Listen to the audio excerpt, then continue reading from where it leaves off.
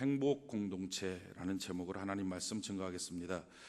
공동체 시리즈 두 번째 시간입니다. 오늘은 우리 교회 창립 12주년이 되는 주일입니다. 2000년 4월 마지막째 주일날 다른데 어디 창립 예배를 드릴 공간이 없어서 도봉산에 있는 도봉산 제1기도원 안 쓰는 기도원인데 그 기도원을 빌려서 약 한 15평 정도 되는 그 작은 공간에 기도원을 빌려서 몇몇 식구들이 모여서 그렇게 교회 창립 선언을 하고 교회 개척을 시작을 해서 얼마 안 있다가 미아동에 있는 서울에 있는 강북구 미아동에 있는 진영 빌딩 4, 5층을 임대를 해서 거기서 2년 동안 또 예배당을 옮겨서 교회가 진행이 되다가 수유동에 있는 예배당 터전이 있어서 그쪽으로 옮겨서 7년 동안 있다가 지금 이제 파주로 이주를 해서 예배를 드린 지 3년이 됩니다. 이 12년 동안에 교회에 진행되는 모든 일들은 참 한편의 드라마와 같고 또 주님의 인도하심이었습니다. 국가적으로 사회적으로 2000년부터 2012년까지 참 어렵고 힘든 많은 일들이 있었는데 그럼에도 불구하고 하나님이 세우신 이 귀한 새중앙교회 교회 공동체 안에는 하나님이 주시는 위로부터 주시는 세상이 주는 게 아니라 사람들이 주는 게 아니라 위로부터 부어주시는 하나님의 놀라운 행복이 항상 넘쳐서 여기까지 이르렀습니다. 이제 우리 주님이 주신 이 행복이 우리끼리만 서로 누리는 행복이 아니라 우리가 섬기고 있는 이 파주 지역에 있는 4개의 초등학교 또 2개의 중학교 또 1개의 고등학교 또 여러 개의 복지기관들 또 우리가 섬기며 기도하고 있는 많은 교회들 또 저 북한까지라도 우리에게 주신 이 그리스도의 행복이 다 흘러넘쳐서 교회 때문에 이 지역이 행복하고 또 교회 때문에 여러분들의 가정도 행복하고 교회 때문에 여러분들이 다니고 있는 직장과 사업장이 행복하고 또 교회 때문에 여러분들의 인생이 행복할 뿐만 아니라 교회 때문에 또 북한과 전 세계가 행복해지는 그런 큰 일이 우리 교회를 통해서 이제 이번 창립 12주년 기념 예배를 기점으로 나타나게 되는 은혜가 꼭 있기를 바랍니다. 교회는 하나님이 주시는 행복 공동체입니다. 그렇기 때문에 어느 누구든지 어떠한 마음의 상태든지 어떤 찢겨진 마음, 상처받은 마음, 고통과 아픔, 실패를 갖고 있어도 교회에 나와서 예배를 드리면 그 순간에 눈물이 솟구쳐 나오면서 위로를 받고 은혜를 받고 또 이해가 되고 용납이 되고 심지어는 용서가 되고 사랑이 되면서 삶이 바뀌어집니다. 그러면서 행복감이 밀려옵니다. 그래, 난 주님이 함께 하신다 하는 세상이 알 수 없는, 세상이 줄 수 없는 그런 행복함이 있습니다. 바로 교회 공동체는 이런 행복 공동체입니다. 그래서 처음부터 우리 주님께서 행복을 교회에다가 주시면서 교회가 잘 견고히 세워져 갑니다. 그러나 이 행복이 어느 때는 위기를 겪기도 하고 행복이 또 무너지는 상황이 놓이게 됩니다. 자, 이렇게 될 때 과연 어떻게 이 행복을 지속시키고 더 큰 행복의 공동체로 만들어 갈까요? 무엇이 과연 있을 때 우리가 이런 행복을 만들어 갈까요? 가정도 마찬가지입니다. 서로 좋아서 그렇게 사랑해서 결혼을 합니다. 결혼해서 행복한 삶만 유지될 것처럼 보이지만 어느 날 위기가 닥칩니다. 자, 위기가 닥친 이 가정에 어떻게 하면 다시 처음에 행복이 넘칠 수 있을까요? 우리 회사 생활 마찬가지입니다. 직장에 들어갈 때 처음에 얼마나 기쁩니까? 나를 써줬구나. 내가 이 회사에 입사하는구나. 너무 기쁘고 감사해서 행복함으로 시작을 하지만 어느 순간인가 그 행복이 무너지고 또 싫어지고 갈등이 생기고 아픔이 생기는 때가 있습니다. 어떻게 하면 그 행복을 다시 만들고 다시 회복하고 다시 유지하고 더 크게 만들어갈 수 있을까요? 유명한 심리학자인 레오 버드카 글리아라고 하는 분이 계시는데 이분이 쓴 글이 있습니다. 자기 어린 시절을 쓴 거예요. 자기 어린 시절에 어머니에 대한 회상을 글을 쓴 겁니다. 어느 날 아버지가 집에 오셔갖고 우리 집 오늘부터 파산이다. 파산 선포를 했어요. 사업을 했는데 그냥 망한 거예요. 그래갖고 부도가 나서 싹 없어진 거예요. 재산도 없고 이제 먹고 살 길이 없는 거예요. 우리 집 오늘부터 파산이다. 그 말을 듣고 난 다음에 가족 전체가 얼마나 침울합니까? 야, 이제 어떡하나? 교육은 어떻게 시키고? 가장 큰 타격을 받은 사람이 아무래도 아내겠죠. 어머니겠죠. 가족 경제를 생각하면서 이거 큰일 났다. 어떡하나? 자, 이렇게 온 가족이 다 침울한 가운데 빠져 있을 때 그때 그 어머니가 자기가 대대로 물려받았던 아주 소중한 보석 목걸이가 있었는데 이 보석 목걸이를 팔아서 그날 밤에 가족 파티를 연 거예요. 가족 잔치를 한 거예요. 가족 다 모여서 막 그렇게 멋지게 그 보석 목걸이 팔았고 이제 그 돈을 갖고 파티를 한 거예요. 그 소식을 이제 친척들이 나중에 듣고 난 다음에 막 그 어머니를 비난을 했어요. 야, 한 푼이라도 아껴야지. 그 이제 파산돼 갖고 그 돈 가지면 한두 달이라도 먹고 사는데 그거 안 아끼고 그날 밤에 그냥 속 없이 그냥 파티를 하냐, 그 돈 갖고서. 이런 속 없는 인간아. 다 욕을 한 거예요. 근데 그 욕했다는 말을 듣고 난 다음에 이 어머니가 조용히 이렇게 말했어요. 그날 밤이야말로 우리 가정에는 정말 기쁨이 필요했던 시간입니다. 그렇게 말했어요. 그리고 그 어머니의 행동을 보고 그 아버지가 뭐라고 말했냐면은, 그날 저녁에 자기 아내의 모습을 보면서 아내에게 있어서 그 어떤 소중한 것보다 가장 귀한 것이 가족이라고 하는 사실을 보여줬습니다. 나는 그날 내 아내의 행동 가운데 용기를 얻고 다시 세상을 향하여 내 가정을 지키기 위해서 살 수 있는 도전을 하기 시작했습니다. 이렇게 말했어요. 우리 인생 살면서 기쁨이 꼭 필요한 때가 얼마나 많습니까? 좋을 때 좋은 건 다 좋습니다. 행복할 때 행복한 건 다 행복합니다. 남들이 웃길 때, 기분 좋을 때 웃는 거 누구든지 합니다. 그런데요, 정말 기쁨이 필요한 시간이 있어요. 그 행복이 위기가 왔을 때, 그 행복이 깨졌을 때, 거기서 누군가 기쁨을 만들어낸다면 정말 그 기쁨 때문에 행복이 회복되거든요. 웃으면 복이 오거든요. 웃으면 행복이 오거든요. 그런데 다 침울해졌을 때 누가 거기서 기쁨을 만들어낼 수 있는가? 그 기쁨 만들어내는 사람이 행복 공동체를 유지하는 사람이에요. 확장시키는 사람이에요. 우리 인생 살면서도요, 기쁨이 꼭 필요할 때가 있습니다. 우리가 그때 그 기쁨을 만들어내는 사람 되기를 바라요. 우리가 온도기를 보면요, 두 종류가 있어요. 하나는 온도기고요, 하나는 온도 조절기가 있습니다. 온도기는 그 방의 온도를 그냥 나타내는 거예요. 그래서 그냥 방의 온도가 몇 도다 그럼 몇 도 그냥 나타내는. 온도 조절기는 달라요. 몇 도로 딱 맞춰놓으면 그 방의 온도가 그것보다 좀 아래로 내려가면 보일러를 돌려서 온도를 맞춰요. 그게 온도 조절기예요. 사람도 두 종류가 있어요. 온도기처럼 기쁜 사람, 그러니까 기쁜 일이 생기면 웃어요. 좋은 일이 생기면 웃어요. 남편이 잘해주고 아내가 잘해주면 웃어요. 자녀들이 성적 쭉쭉 올라가면 웃어요. 돈 들어오면 웃어요. 그런데 그 반대의 현상이 나타나면 힘들어요. 나타나는 환경대로 얼굴 표정을 그냥 지어요. 모습대로 말을 해요. 온도기 같은 인생이에요. 근데 온도 조절기 같은 사람이 있어요. 그런 방안의 기온, 그런 가정의 형편, 그런 삶의 온도와 상관없이 우리 가정의, 우리 인생의 행복을 지키기 위해서 적정한 기쁨의 온도를 만들어내는 거예요. 적정한 행복을 만들어내는 사람이에요. 이 사람이 행복 공동체를 유지하는 사람입니다. 우리 인생 어느 때 이런 기쁨을 만들어야 됩니까? 오늘 성경을 통해서 네 가지를 우리가 좀 살펴보길 원하는데, 오늘 성경은 빌립보서예요. 이 빌립보서는 빌립보 교회에 보낸 편지입니다. 사도 바울이 로마 감옥에 있을 때 빌립보 교회로 보낸 편지인데, 이 빌립보는 사도 바울이 최초로 유럽에 세워진 교회입니다. 그러니까 얼마나 최초의 교회니까 건강한 교회, 행복한 교회였어요. 그들은 예수님 몰랐어요. 사도 바울의 전도를 받고 예수님을 알고 난 다음에 너무 행복했어요. 그런데 그 행복이 진행되면서 위기가 있겠죠. 핍박도 있고 고난도 있고 이해될 수 없는 상황 속에서 위기가 있습니다. 그 위기 가운데 사도 바울이 일관되게 가르쳐주고 있는 건 이거, 너희가 좀 기쁨 만들어내라. 그러니까 사도 바울이 서신서 쓴 거 빌립보서는 4장밖에 안 되는 짧은 서신서인데, 이 서신서에 끊임없이 사도 바울이 빌립보 교회에 요구하는 거, 기쁨을 만들어내라. 기뻐하라. 기쁨 만들어내라. 너희가 기쁨을 만들어내면 그 기쁨 때문에 마침내 행복 공동체가 유지되고 그 행복의 바이러스가 유럽 전 교회로 뻗어나가게 될 것이다. 그래서 실질적으로 유럽 전체 교회의 어머니 교회와 같은 역할을 감당하는 교회, 여기가 바로 빌립보 교회예요.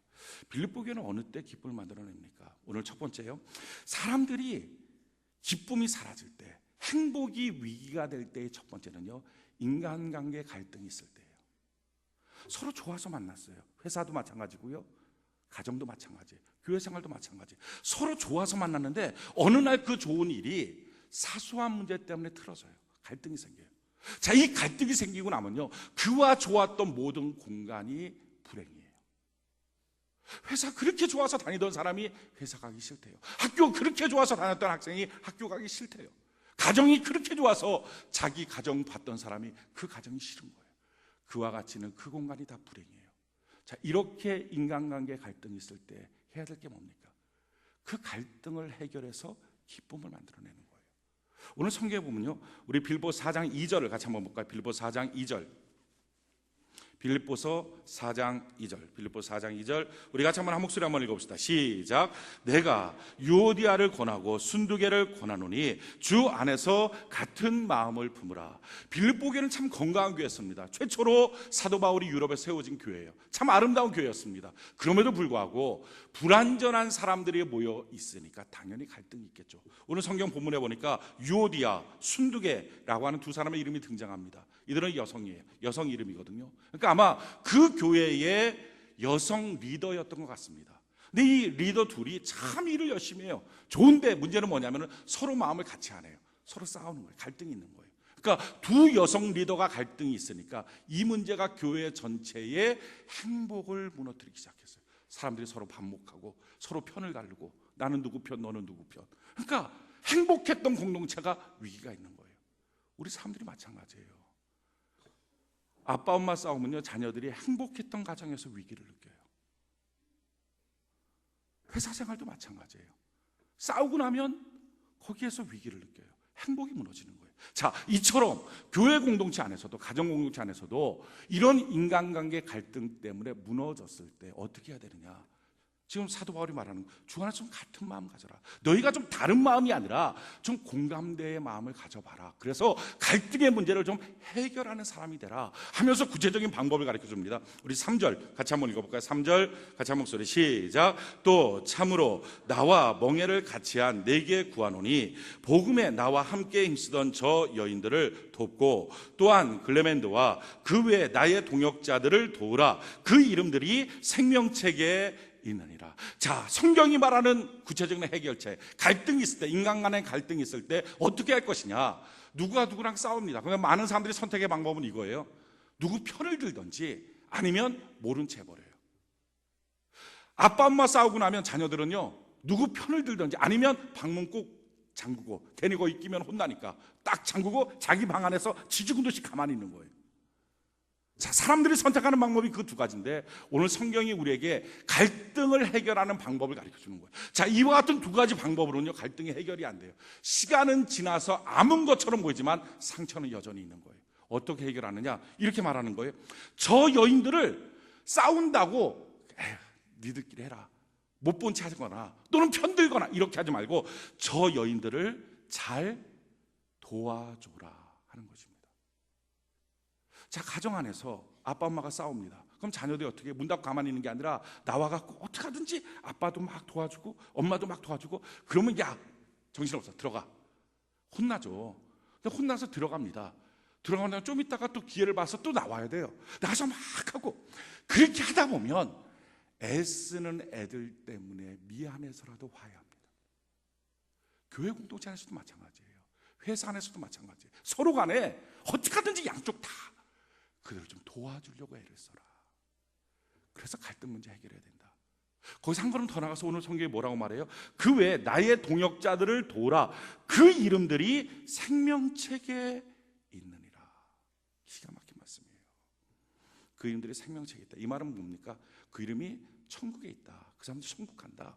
우리가 특별히 교회 공동체 안에서 이런 일들이 있어요. 누가 인간관계 갈등이 생겼어요. 싫어요. 아, 저 사람 너무 싫다. 싫고 나면 제일 처음에 결정하는 게 뭐? 아, 나 교회 그 교회 안 가. 다른 교회 갈 거야. 교회가 거기뿐이야? 아니, 다른 교회 갈래. 저렇게 꼴 보기 싫은 만나갖고 내가 어떻게 있을 거야? 다른 교회 가요. 근데 오늘 성경이 말해요. 다른 교회 가봤자 그 사람 이름이 생명책이 있다. 천국 가면 만난다. 그러니까 지금 교회 공동체 안에서 싸워서 피해도 어차피 천국 가면 그 사람 만난다. 근데 그 사람 보기 싫어서 그럼 천국 안 갈 거냐? 아, 나 천국 안 가고 그 사람 천국 있으니까 나 지옥 갈래요. 그거 아닌 것처럼 어차피 만날 그 사람이면 부부간에요. 여기서 싸우면 영원히 끝나는 게 아니라 그 사람 예수 믿고 나면 어차피 천국 가서 만납니다. 그럴 거라면 여기 사는 동안에 서로 친밀해지는 연습을 하라는 거예요. 그 사람 이름 생명책에 있다. 참 구체적으로 친밀해지는 연습은 어떻게 합니까? 우리 4절 5절 같이 한번 읽어볼까요? 4절 5절 같이 한번 소리 시작. 주 안에서 항상 기뻐하라. 내가 다시 말하노니 기뻐하라. 너희 관용을 모든 사람에게 알게 하라. 주께서 가까우시니라. 자, 주님 안에서 기뻐하십시오. 그러니까 무슨 말입니까? 주님 안에서 모든 것이 합력하여 선을 이룬다. 이런 갈등, 아픔이 있지만 결국은 점점점 좋아질 거야 하는 소망을 갖고 주님 안에서 기쁨을 생산해내라. 기쁨을 거기서 좀 만들어내는 사람이 되라. 어떻게 구체적으로 기쁨을 만듭니까? 너희 관용을 모든 사람에게 알게 하라. 관용이라고 하는 말은요, 이성적으로 너그럽게 대하라 하는 것입니다. 지금 갈등의 문제는요, 감정의 문제예요. 감정이 상한 거예요.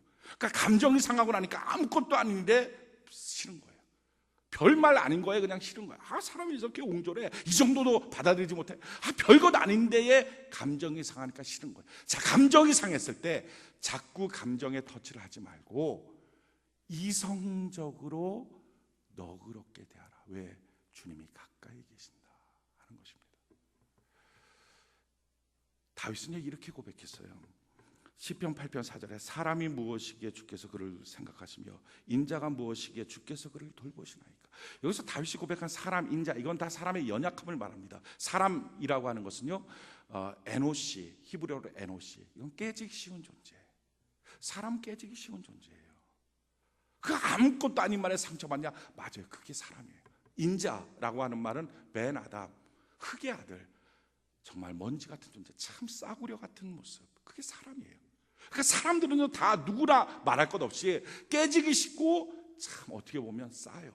그게 사람이에요. 그런데 중요한 게 뭐예요? 그런 사람을 주께서 돌보시고 그런 사람을 주께서 생각하신다는 거예요. 그 사람이 참 형편없어도 하나님은 보시고 기억하신다. 그래서 하나님의 해결 방법은 골로새서 3장 12절로 14절에 그러므로 너희는 하나님이 택하사 거룩하고 사랑받는 자처럼 긍휼과 자비와 겸손과 온유와 오래 참음을 옷 입고 누가 누구에게 불만이 있거든 서로 용납하여 피차 용서하되 주께서 너희를 용서하신 것 같이 너희도 그리하고 이 모든 것 위에 사랑을 더하라. 이는 온전하게 매너되니라. 우리 인생 살면서 어떤 때 불만이 생길 수 있어요. 사람 앞에 갈등이 생기면서 불만이 생깁니다. 자, 불만 생길 때 많은 사람들의 방법이 뭐예요? 시시비비 따집니다. 왜 그렇게 된 거야? 누구 문제야? 누가 잘못한 거야? 한번 따져보자. 근데 성경은 말해요, 따져볼 필요 없어. 사람은 다 깨지기 쉬운 존재, 흙 같은 존재야. 그 사람만 그런 게 아니라 너도 살면서 그런 실수 수없이 많이 했어.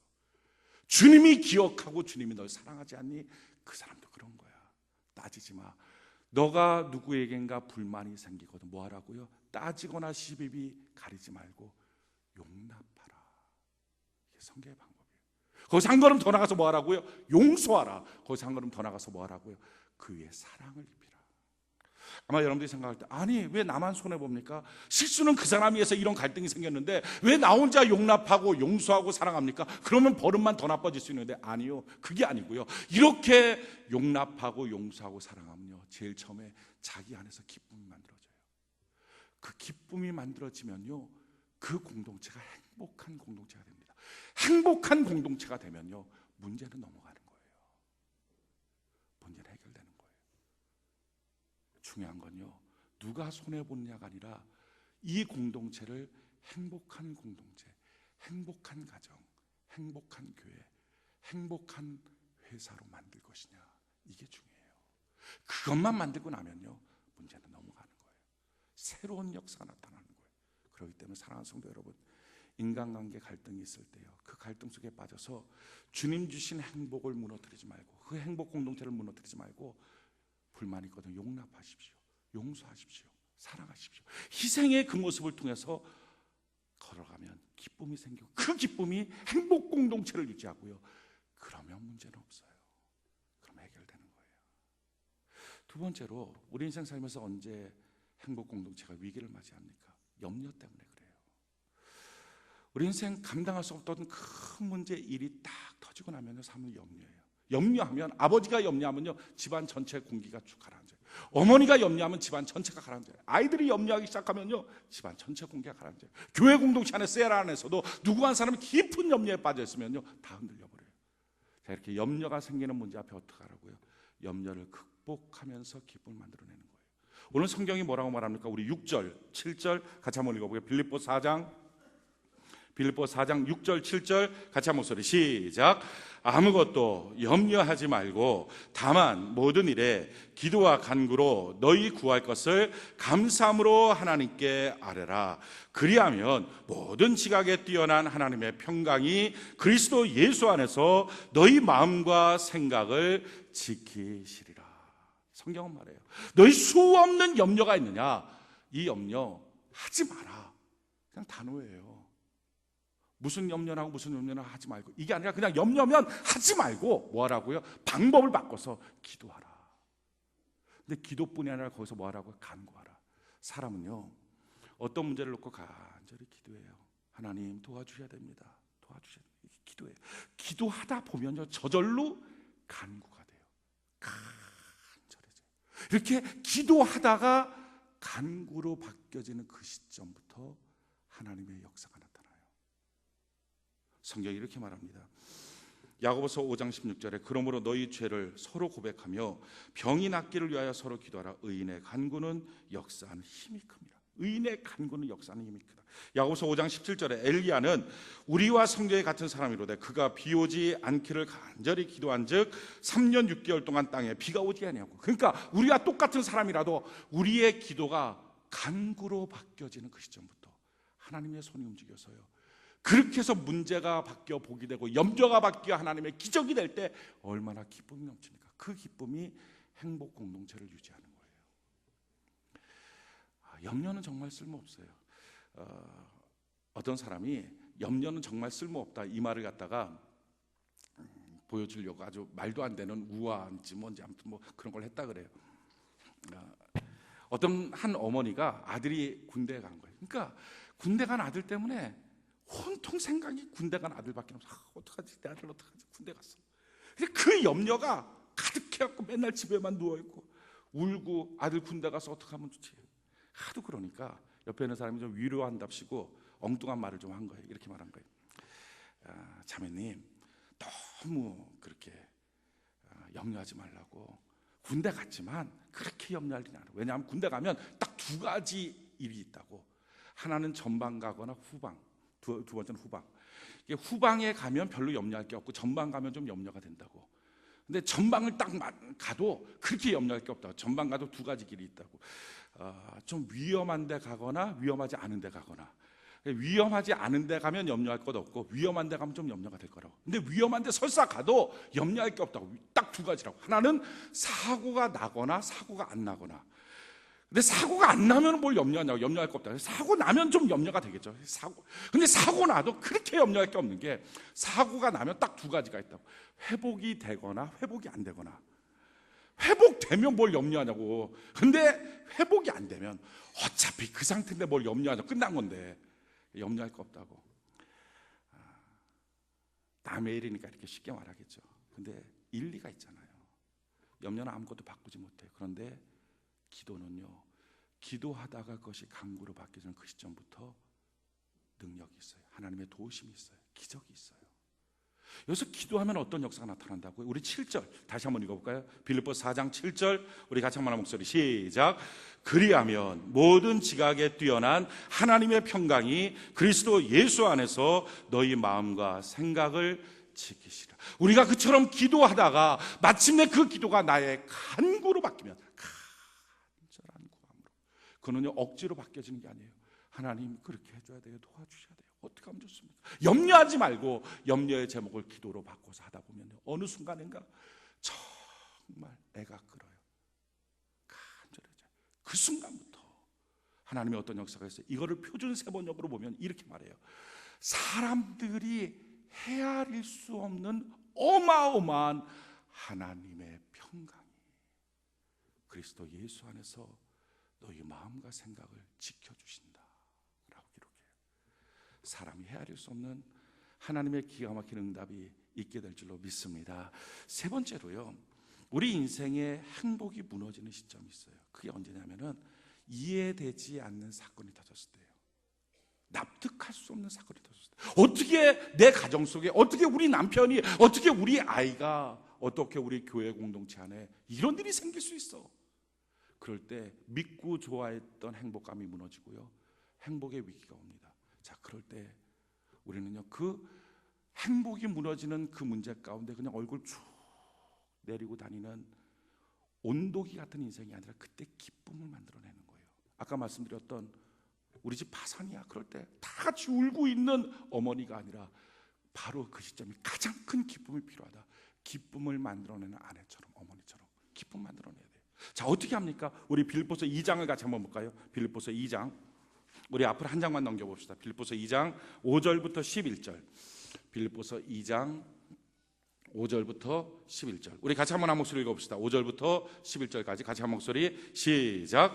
너희 안에 이 마음을 품으라. 곧 그리스도 예수의 마음이니 그는 근본 하나님의 본체시나 하나님과 동등됨을 취할 것으로 여기지 아니하시고 오히려 자기를 비워 종의 형체를 가지사 사람들과 같이 되셨고 사람의 모양으로 나타나사 자기를 낮추시고 죽기까지 복종하셨으니 곧 십자가에 죽으심이라.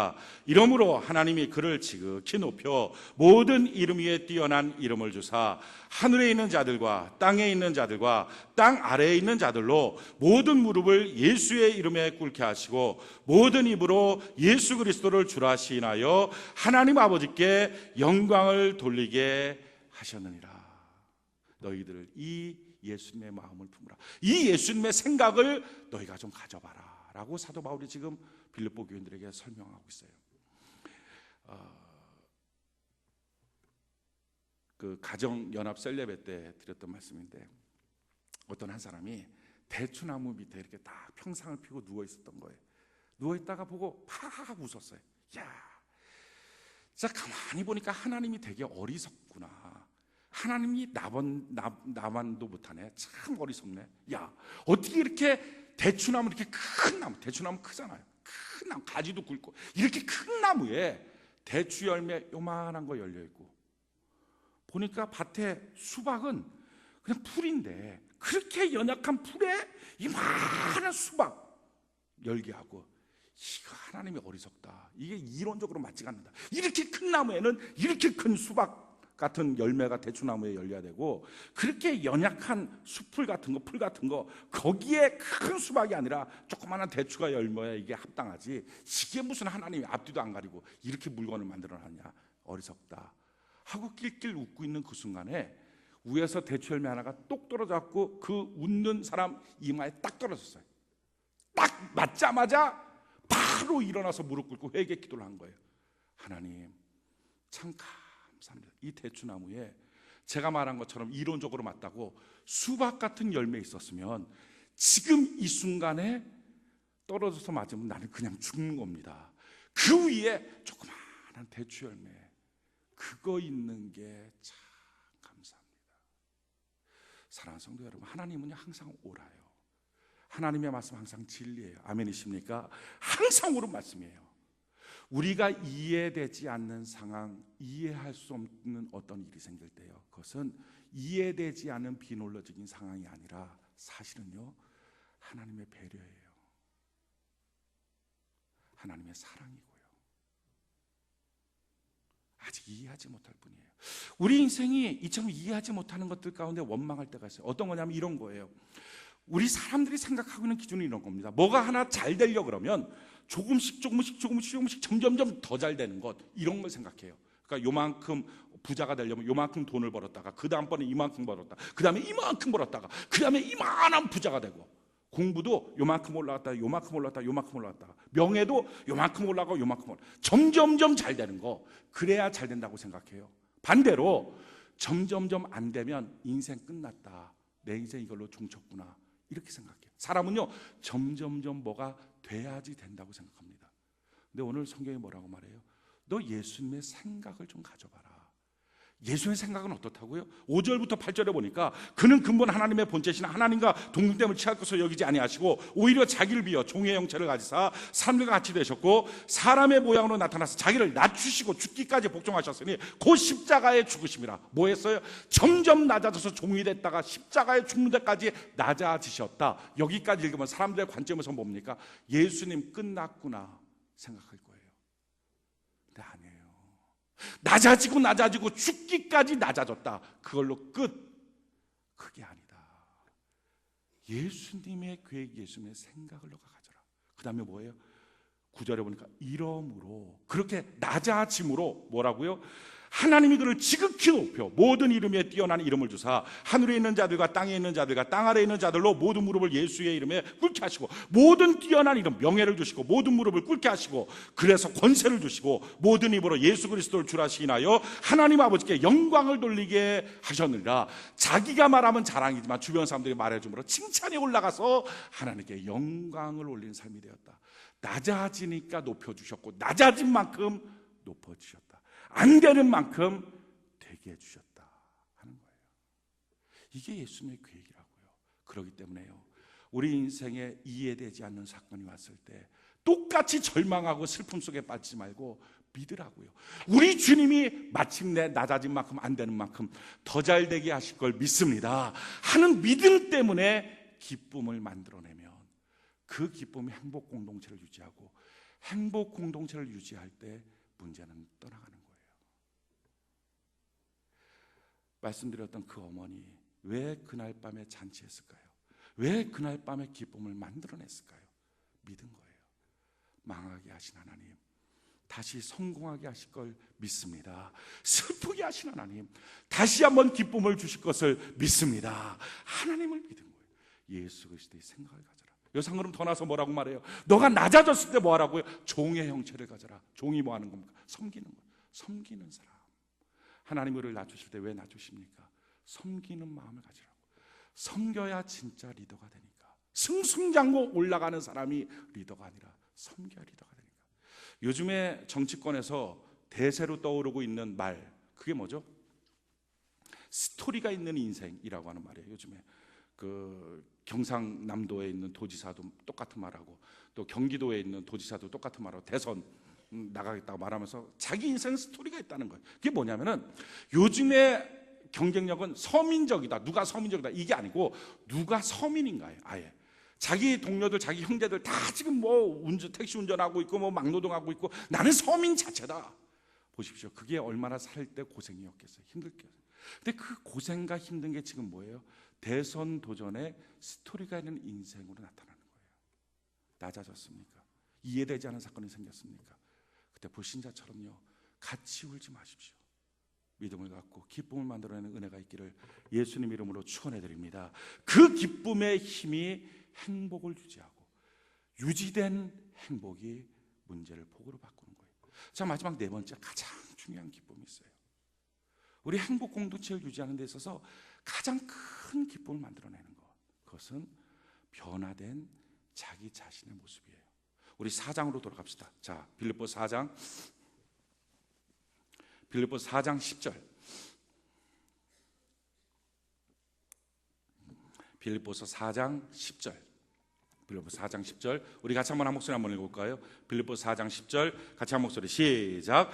내가 주 안에서 크게 기뻐함은 너희가 나를 생각하던 것이 이제 다시 싹이 남이니, 너희가 또한 이를 위하여 생각은 하였으나 기회가 없었느니라.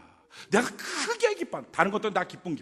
그러니까 우리 행복 공동체를 유지하는데, 교회 행복 공동체, 가정 행복 공동체를 유지하는데 가장 큰 기쁨의 요인이 있다면 그것은 자기 자신이 바뀌어지는 거예요. 자, 어떻게 바뀌어졌는가? 우리 한번 볼까요? 15절 16절.